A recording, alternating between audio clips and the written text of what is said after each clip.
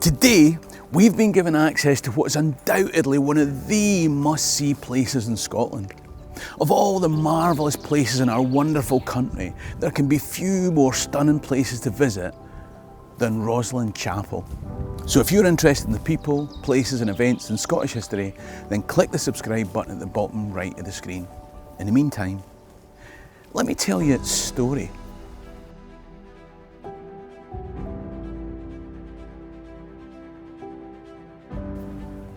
When people think of Rosslyn Chapel, they think of stunning stonemasonry and sculpture, Dan Brown's Da Vinci Code, the Knights Templar and the Holy Grail, and we'll touch on all that mystery and wonder.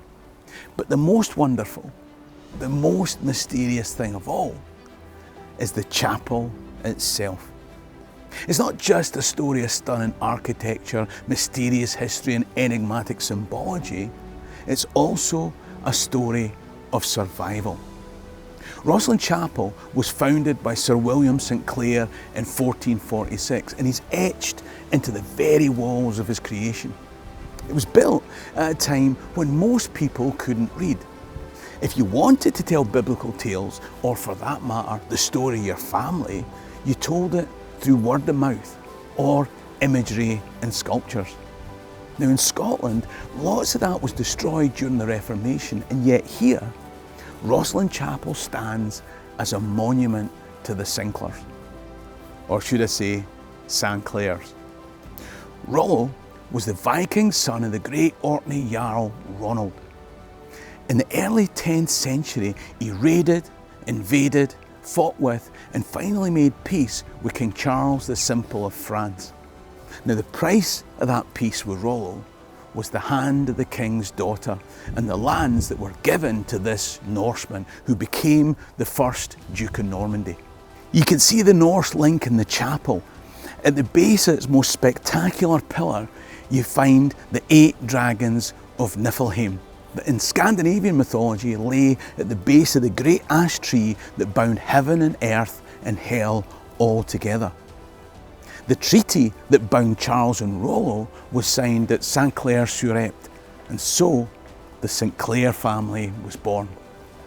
In time, these Scandinavian Norsemen became Normans, and 5 generations later, William St Clair crossed the English Channel with his cousin, William of Normandy.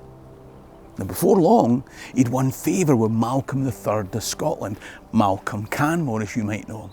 There's actually a carving in the south aisle that some say represents William St Clair, who became known as William the Seemly, carrying Malcolm's wife and the future Saint Margaret back to Scotland.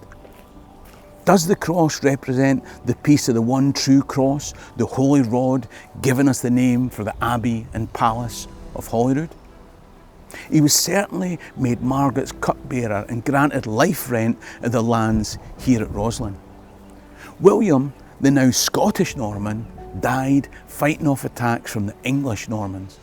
His son Henry was knighted by Malcolm Canmore and was with him when the king was killed in a foolhardy raid south of the border. I've actually made a video about that which will be online soon and you should watch it. It was that Henry's son Henry who first lived here at Rosslyn, not in the chapel, but before the chapel was the castle. Young Henry was knighted by David I and made an ambassador by William the Lion. The St Clairs were close to the Scottish crown and the walls of the chapel show it. A face almost hidden in the ornate carvings of the Lady Chapel said to be the death mask of Robert the Bruce. In the north aisle is the burial stone of a later William St Clair, who was one of the knights entrusted with the task of taking Bruce's heart on crusade to the Holy Land, and he died fighting the Moors in Spain at the Battle of Teba along with good Sir James Douglas. The floriated cross and the swords often associated with the Knights Templar, who, rightly or wrongly, have themselves been associated with Robert the Bruce and Bannockburn. And of course, this place. Rosslyn Chapel's one of my must-see places in Scotland. Let me know in the comments section, what are your must-see places? And we'll maybe cover those in the future.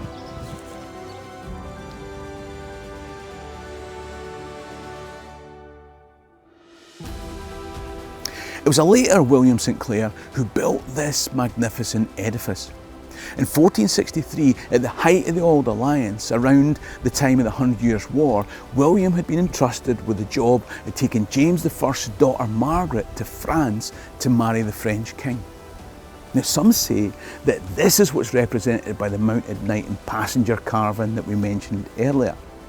It was when he came back after travelling on the continent that he decided to build this magnificent collegiate chapel. But first, he had to build the village of Rosslyn. You see, the original village was the housing for the stonemasons, the carpenters.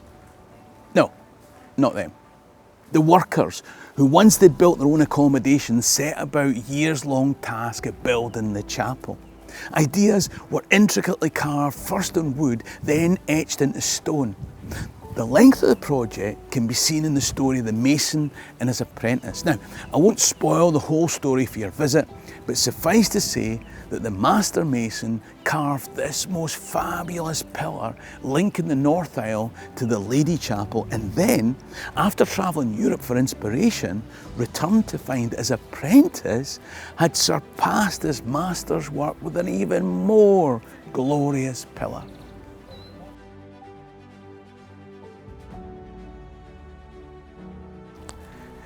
But it's here outside that you see what we've really missed. Because you can see by the way that the stones have been cut that this wasn't meant to be the end of the chapel. This was meant to be the start of the nave that would extend in this direction. What's now the chapel was only the apse or the choir of the building planned, with the transepts intended to go out to the side and the nave extending 91 feet to the west to create an even more glorious monument to William St Clair's imagination. Of course, we can only imagine what it might have been were it not for the death of William St Clair. When his son succeeded him, he built a stone vaulted roof on the choir and left it at that.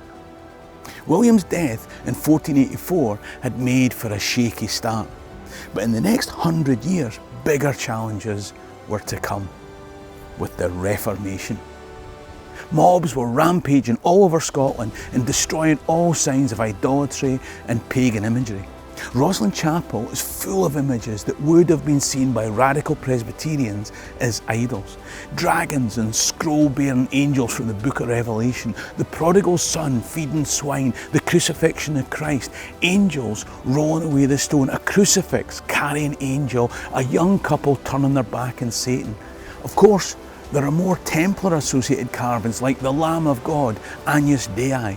In lots of places, you'll find angels carrying a shield and an engraved cross of the St Clair family.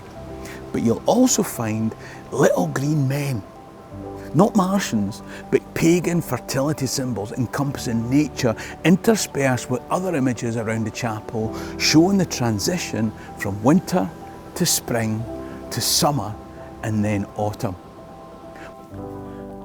Mobs drunk on reform and zeal did come out here to rid Scotland of idolatry. You can see literally hundreds of empty niches. They presumably would have contained ornate statues. There's one Victorian era conciliatory statue of the Virgin Mary, but again, can you imagine how this place could have looked today for an irreligious but appreciative tourist like me?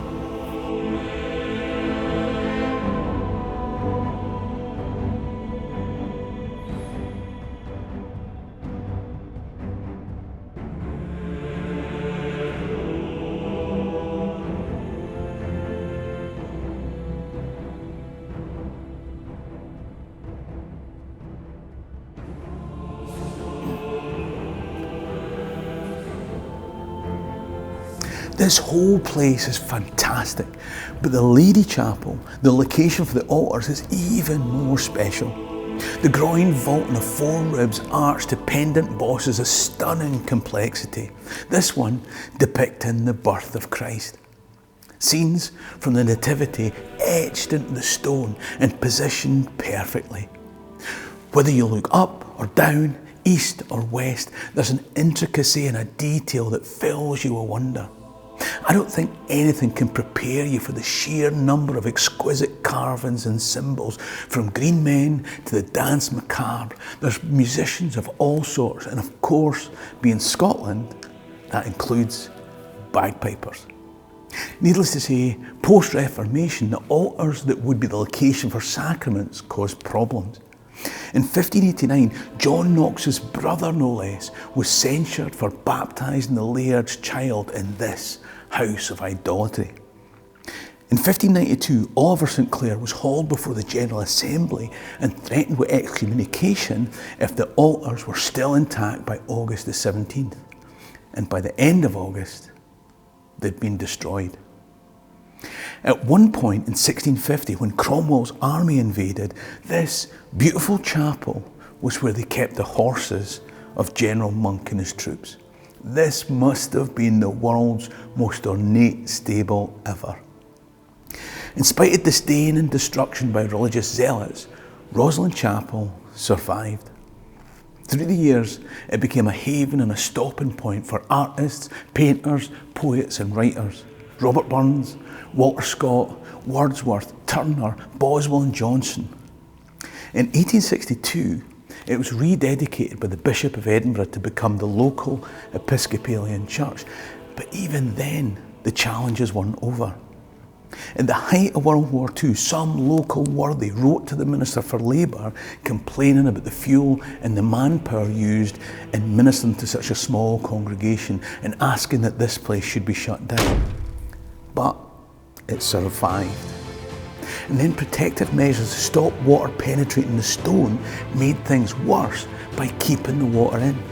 This 20th century solution was damaging the very stone wrought to speak its 15th century message.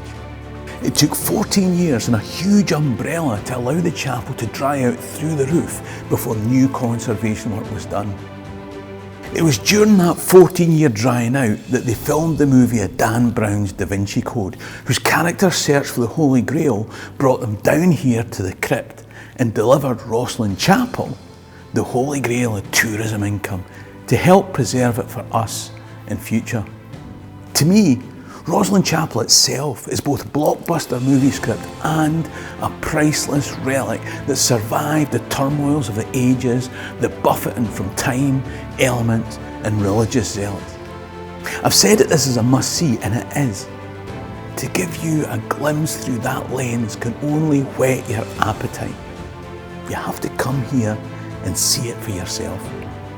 There's another must-see place to visit in Scotland coming up on screen now. In the meantime, ha mé dóchas go bíall amach. Cheery and Rast.